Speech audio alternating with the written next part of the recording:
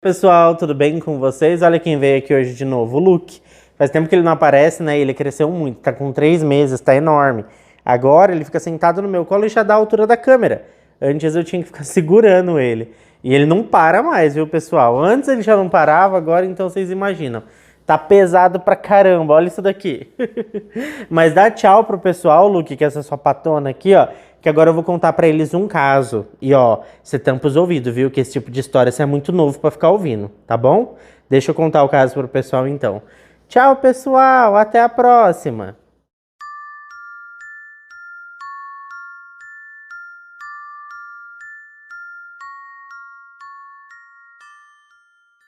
Bom, o Jason Brian Dalton nasceu no dia 22 de junho de 1970, ou seja, nós temos aqui um canceriano. Ele nasceu e foi criado na cidade de Greenfield, que pertence ao estado norte-americano de Indiana. Mas durante ali a sua adolescência, ele acabou se mudando junto com a sua família para uma cidade chamada Kalamazoo, que fica localizada no estado de Michigan. Ele foi descrito por amigos e familiares como um homem assim de bem, tá, pessoal? Ele era muito esforçado e tinha muito respeito por todos ao seu redor.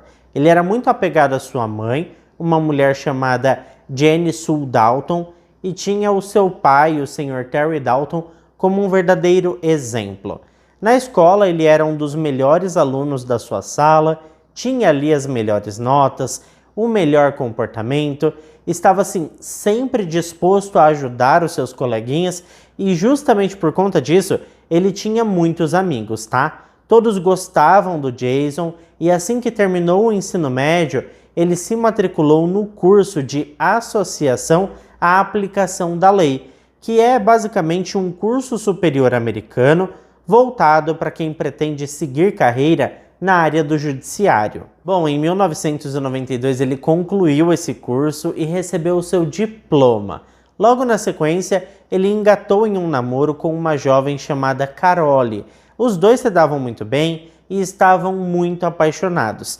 Tanto é verdade que em 1995 eles se casaram e tiveram 2 filhos, um menino chamado Clayton Dalton e uma menina chamada Ava Dalton.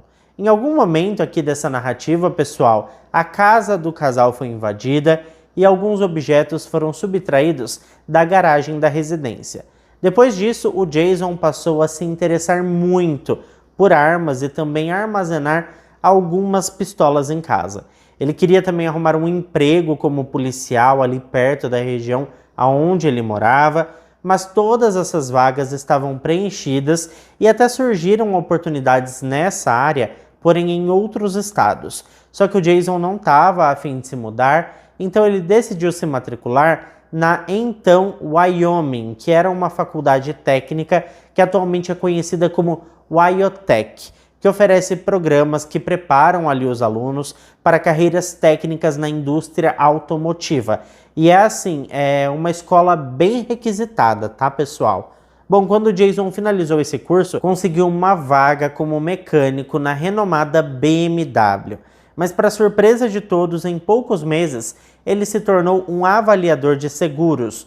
No entanto, a sua personalidade agressiva com os clientes não passou despercebida pelos colegas de trabalho. Eles o descreviam como pouco profissional e com uma tendência muito explosiva. Era comum, assim, vê-lo gritando ao telefone e encerrando as ligações dos clientes de forma muito hostil. A criatividade do Jason certamente, assim, se destacava, mas nem sempre da melhor maneira possível. Às vezes ele era criativo pro mal, tá? Por conta desse comportamento problemático, ele acabou sendo demitido e aí o cara ficou numa situação bem complicada, porque ele tinha esposa e 2 filhos para sustentar, né? E se viu ali sem trabalho.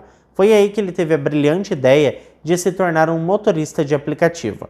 E dentre todas as opções disponíveis, ele escolheu o aplicativo Uber. Bom, depois de se cadastrar ali, passar por uma checagem de antecedentes criminais, né? E ser aprovado, o Jason estava pronto para começar a sua nova carreira. Mas antes disso, ele resolveu fazer uma visitinha a algumas lojas de armas com um amigo. Os dois eram apaixonados por esses objetos e sempre faziam essas visitas, tá? O Jason até comprou uma jaqueta preta com um bolso especial para esconder ali um revólver, o que para ele era essencial, pois o homem queria andar armado o tempo todo, mas mesmo assim manter a sua discrição, sabe? Então, pessoal, no dia 20 de fevereiro de 2016, por volta das 16 horas, um homem chamado Matt Mellon, que precisava buscar o seu carro que estava na casa de um amigo, decidiu chamar um Uber. Rapidinho, o nome do motorista e o modelo do carro apareceram na tela do celular do Matt. Bom, era ninguém mais, ninguém menos que o Jason Brian Dalton em um Chevrolet Equinox prata. Pelas avaliações ali dos passageiros anteriores, ele era nota máxima, então o Matt achou que havia pegado um ótimo motorista. Bom, depois de 21 minutos de espera, o que é muito, né? O carro chegou. O Matt abriu uma das portas traseiras e levou um susto a encontrar um cachorro deitado no banco. Ele então decidiu se acomodar no banco da frente e os dois se cumprimentaram e a viagem começou em silêncio total. Em um determinado momento do trajeto, o Jason recebeu uma ligação e atendeu rapidamente. O celular estava conectado na multimídia do veículo, então a ligação foi atendida pelo Viva Voz. Quem ligava era um dos seus filhos, perguntando se ele jantaria em casa ou não. A ligação durou ali cerca de 2 a 3 minutos e quando Jason desligou, seu humor mudou completamente. Ele passou a acelerar o veículo como se estivesse com pressa e passou a trafegar a uma velocidade média de 80 km por hora. O homem parecia estar literalmente transtornado. Tanto é verdade que ele entrou na contramão, passou por cima de um canteiro central, ignorou uma placa de pare, mas estranhamente ele mantinha assim uma expressão serena, como se nada tivesse acontecendo, sabe? Eu acho que eu ficaria com medo numa situação dessa, porque a pessoa tá ali correndo nessa adrenalina toda e ainda mantém ali a serenidade, né? Isso é estranho. Bom, o Matt implorava ali para que ele parasse o carro e isso acabou irritando o Jason e ele começou a gritar com o Matt, perguntando onde era a casa do amigo dele. O pobre rapaz apontava ali para várias casas, tentando meio que explicar qual que era a casa certa, e os moradores da rua se assustaram também com os barulhos e saíram das suas casas para ver o que estava acontecendo. Eles viram o Chevrolet Equinox reduzir a velocidade enquanto cantava pneu e o Matt se jogou no asfalto desesperado. Ele rolou até a calçada e quando se sentiu seguro ligou para a emergência para contar o que tinha acontecido. A atendente do 911 enviou uma notificação de veículo suspeito para todos os policiais da região. Naquela época, não era possível estabelecer um contato direto entre o passageiro e o aplicativo da Uber, então o Matt só pôde relatar o problema por e-mail quando chegou em casa. Enquanto isso, pessoal, o Jason continuava dirigindo loucamente por aí, tá? Bom, o Matt ligou para sua namorada também e contou tudo o que tinha acontecido. Ela não perdeu tempo e fez um post nas redes sociais para alertar as pessoas da cidade sobre aquele motorista maluco. Enquanto isso, pessoal, o Jason voltou para casa às 16 horas e 34 minutos. Ele vestiu um colete à prova de balas, pegou uma das suas armas, uma Glock 9mm, e 41 minutos depois ele ligou para sua esposa e pediu as chaves do carro dela, um Hummer H3. Eles combinaram de se encontrar na casa dos pais dela, que ficava a uns 16 quilômetros de onde o Jason estava, para trocarem de veículo. E ele fez isso, pessoal, justamente porque ele já imaginava que alguém devia ter feito alguma denúncia pro veículo dele, né? Então ele preferiu trocar de carro com a esposa. Às 17 horas e 15 minutos, enquanto o Jason se dirigia para a casa dos seus sogros, ele decidiu aceitar mais um pedido de corrida. Uma moça usou o seu próprio cadastro na Uber para solicitar uma corrida para o namorado, que estava em um complexo de apartamentos em Richland Township. Às 17 horas e 42 minutos, o Jason chegou ao local onde o rapaz deveria estar esperando por ele, mas ele não viu o homem. Então ele decidiu se aproximar de um grupo que tinha ali de 6 pessoas que caminhavam devagar pela calçada. Essas pessoas estavam andando bem devagarzinho e com muito cuidado porque tinha muita neve no chão. Então, para não escorregar, esse grupo estava andando bem devagar e o Jason chegou ali nesse grupo, né? Havia uma mulher adulta chamada Tiana e 5 crianças. O Jason diminuiu a velocidade e perguntou se ela era a moça que tinha solicitado a corrida para o namorado. ela prontamente respondeu que não. Neste momento, o Jason ficou meio conturbado assim, ele mudou seu comportamento e tirou a arma da jaqueta, apontou para o grupo e perguntou novamente se ela não era mesmo a tal moça. A Tiana corajosamente se colocou ali na frente das crianças e, enquanto implorava para que elas corressem para casa, uma verdadeira chuva de tiros irrompeu. 15 disparos ecoaram no ar, atingindo a Tiana em seu braço, costas e pernas, deixando marcas profundas no seu corpo. Bom, embora ela foi atingida, ela astutamente fingiu estar sem vida, né? Ela estava viva ainda, mas ela fingiu que tinha morrido ali no local e o Jason foi embora. Poucos minutos depois, ele recebeu uma mensagem pelo aplicativo da pessoa que deveria ter feito a solicitação da corrida. O texto continha um sincero pedido de desculpas, pois ela tinha errado o endereço. O namorado da solicitante estava, na verdade, em uma rua próxima. No entanto, o Jason optou por ignorar as ligações e não responder a mensagem e não concluir essa corrida. 20 minutos se passaram quando finalmente ele decidiu ligar para a moça e alegar que algo inesperado havia ocorrido, impossibilitando-o de comparecer à corrida. Ele a pediu gentilmente que cancelasse a solicitação pelo aplicativo e 5 minutos depois um motorista entrou em contato com a polícia relatando que um Chevrolet Equinox prateado havia passado no sinal vermelho, colidindo com o seu carro e fugido do local. Enquanto a ligação, pessoal, acontecia, um vizinho da Tiana a encontrou ferida na calçada e prontamente acionou uma equipe de emergência. Mais tarde, naquele mesmo dia, o Jason encontrou-se com a sua esposa e filhos na casa dos seus sogros. Ele explicou a todos que seu carro havia sido atingido por um taxista enfurecido com a presença de motoristas de aplicativos naquela região. O relato deixou todos horrorizados e não era para menos, né? Foi bem naquela época que os taxistas estavam revoltados com a Uber.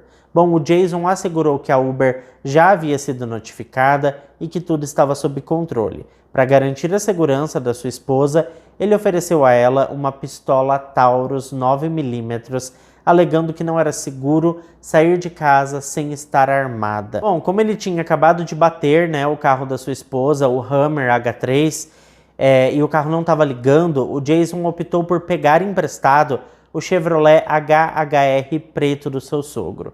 Antes de partir, ele abaixou o vidro e misteriosamente disse à esposa que não poderia revelar o que estava acontecendo, mas que uma coisa era certa: ele seria destaque nos telejornais daquela noite. Às 18h44, o Jason sacou uma boa quantia em dinheiro de um caixa eletrônico, retornou para casa, pegou outra arma e voltou a analisar as solicitações de passageiros pelo aplicativo. Ele realizou algumas corridas sem incidente algum e às 8h26 ele ligou para sua esposa pedindo que ela evitasse ligar para seus pais. Às 22h01, o Jason estacionou em frente a uma concessionária da Kia e se preparou para seu segundo ataque. Saindo do veículo, ele se aproximou de 3 pessoas que estavam admirando os carros através do vidro da concessionária. E de forma casual ele perguntou o que chamava tanto a atenção daquelas pessoas. Antes mesmo que pudessem responder, ele desferiu 18 tiros. 2 homens e uma mulher foram atingidos, sendo que apenas esta última sobreviveu, ou seja, só a mulher. O Tyler Smith, com 17 anos de idade, e seu pai Richard Smith, com 53 anos, infelizmente não resistiram. Do outro lado da rua tinha um Burger King, e as pessoas que estavam no restaurante não hesitaram em ligar para a polícia. Em apenas 10 minutos, o terceiro ataque ocorreu do lado de fora de uma farmácia. O Jason, o protagonista, da nossa trama sombria de hoje, se aproximou de uma van estacionada, fez uma pergunta como quem não quer nada e de repente disparou contra os ocupantes do veículo. As cunhadas Mary Jo Nye, de 60 anos, e Mary Lou Nye, de 62, perderam suas vidas neste ataque.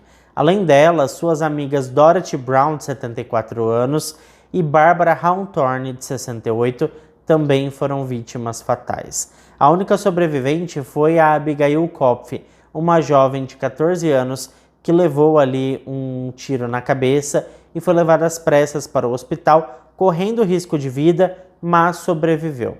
Enquanto isso, pessoal, o Jason fugia para sua casa e recarregava sua arma. A polícia começava ali a ligar os pontos de todos os 3 ataques e emitiu vários alertas para todas as viaturas da região. Felizmente, as câmeras de segurança da concessionária forneceram as imagens necessárias para ajudar as autoridades. O Departamento de Segurança Pública de Kalamazoo utilizou sua página no Facebook para divulgar um comunicado à população pedindo que todos ficassem atentos ao atirador e ao seu veículo. Enquanto a noite avançava, pessoal, o Jason continuava ali aceitando várias corridas como motorista da Uber. Inclusive, eu não sei como que a conta dele não tinha caído ainda, porque o cara já tinha mandado um e-mail denunciando, né? Mas eu acho que a Uber nessa época ainda demorava um pouco para conseguir resolver esses problemas. À 00:04 do dia 21 de fevereiro de 2016, ele pegou 3 pessoas e as deixou em um dormitório. Segundo esses passageiros, ele não parecia amigável, mas também não agia ou falava de forma suspeita. À 00:12, o Jason pegou mais 4 pessoas e as levou a um hotel.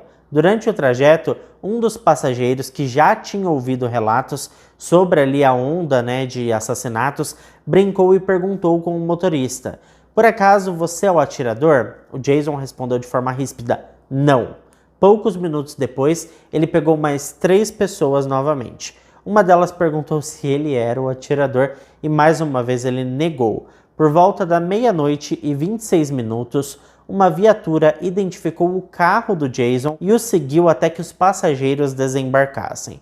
Quando finalmente isso aconteceu, o Jason foi cercado e recebeu ordens para sair do veículo imediatamente. Sem oferecer resistência nenhuma, ele foi encaminhado para a delegacia e após a sua prisão, o Jason confessou ter cometido os ataques. No entanto, ele atribuiu a culpa de suas ações ao aplicativo da Uber. Isso mesmo, pessoal. Ele alegou que a logo da empresa se assemelha muito ao símbolo da Ordem da Estrela do Leste, uma organização maçônica sem ligações com o ocultismo ou satanismo. Segundo o Jason, a figura ali do diabo com uma cabeça de boi com chifres lhe deu uma tarefa e assumiu o controle ali do seu corpo.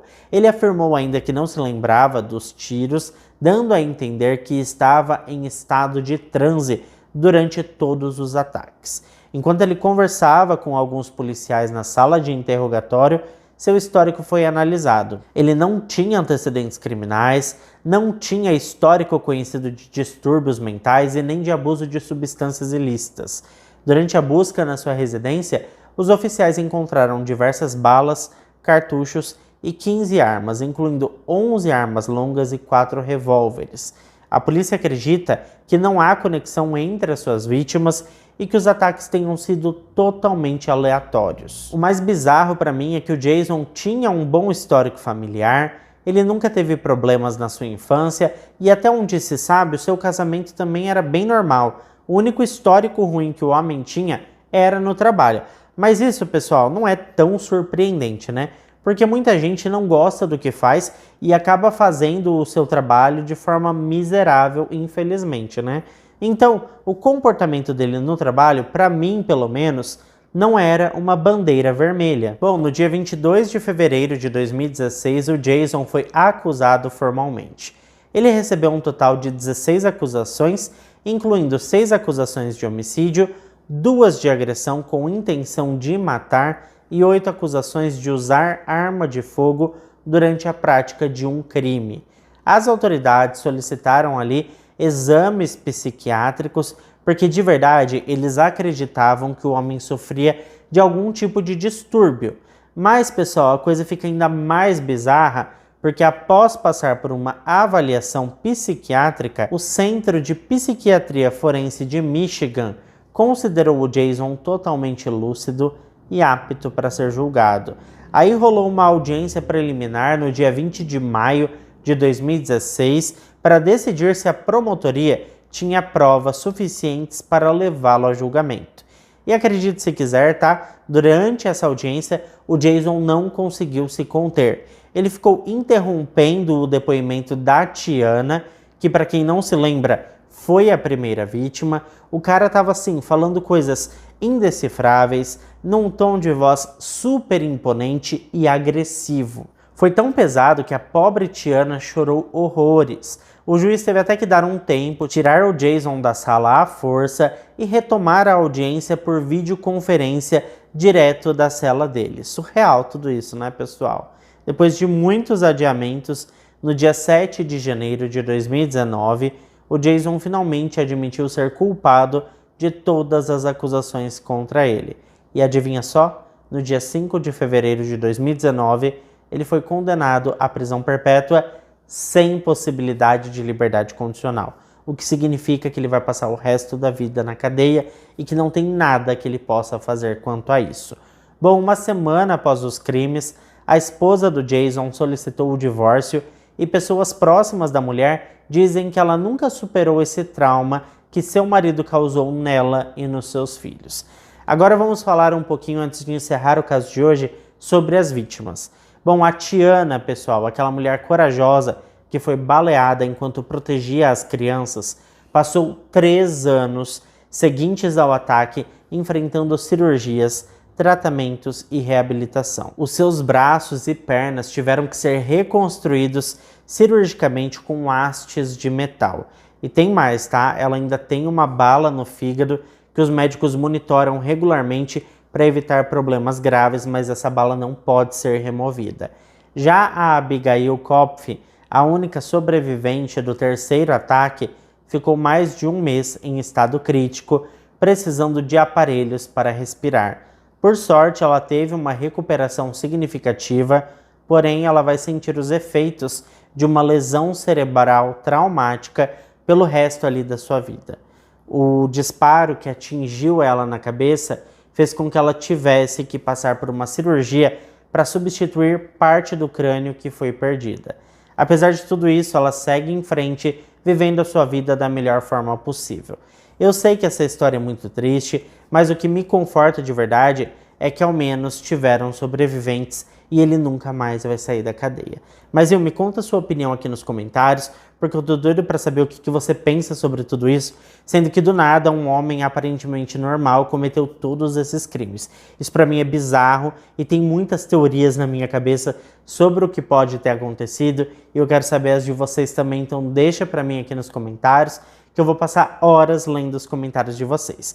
Bom, muito obrigado a quem ficou até aqui comigo. E se ficou até aqui, não esquece de deixar o seu like, que ajuda muito na divulgação do canal. Eu fico por aqui, um beijo para todos vocês e até o próximo vídeo.